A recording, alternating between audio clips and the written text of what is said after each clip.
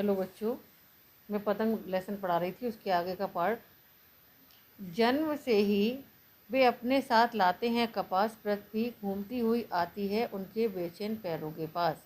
जब वे दौड़ते हैं बेसुध, छतों को भी नरम बनाते हुए, दिशाओं को मृदंग की तरह बजाते हुए, जब वे पैंग भरते हुए चले आते हैं डाल की तरह लचीले बेग से अक्सर। तो इसका अर्थ समझाते हैं। कवि कहते हैं, मानो ऐसा लगता है कि बच्चे जन्म से ही अपने शरीर में कपास लेकर आते हैं।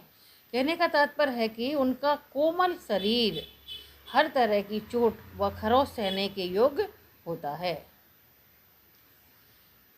जब वे दौड़ते हैं बेसुध, छतों को भी नरम बनाते हुए, दिशाओं को मृदंग की तरह बजाते हुए, उनके पैर स्थिर नहीं होते।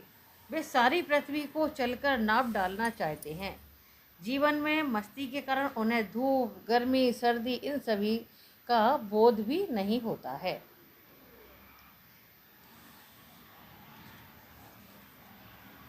जब वे पैंग भरते हुए चले आते हैं डाल की तरह लचीले बेग से अक्सर। कहने का मतलब है उनके पदचाप यानी जब वो चलते हैं उसकी आवाज़, तो उनके पदचाप से सारी पृथ्वी गुंजान हो जाती है।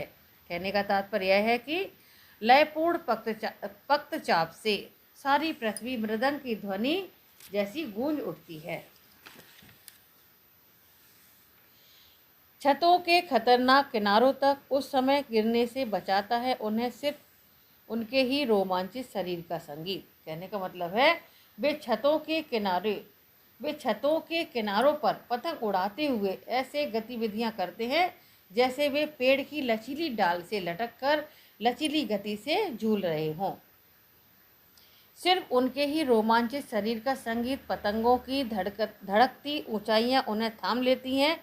महज एक धागे के सहारे पतंगों के साथ साथ वे भी उड़ रहे हैं अपने रंध्रों के सहारे। कहने का तात्पर्य है इतने खतरों से सुरक्षित बच पाना ही उनका लचीला शरीर होता है। पतंग की ऊंचाइयाँ, जो पतंग ऊंचाइयों तक जाती हैं, तो पतंग की ऊंचाइयों तक जाती हुई धड़कनें उन्हें गिरने से रोक लेती हैं। ऐसा प्रतीत होता है कि मानो जैसे कि वे पतंगें अपने डोर से तरंगित बच्चों को संभाले रखती हैं।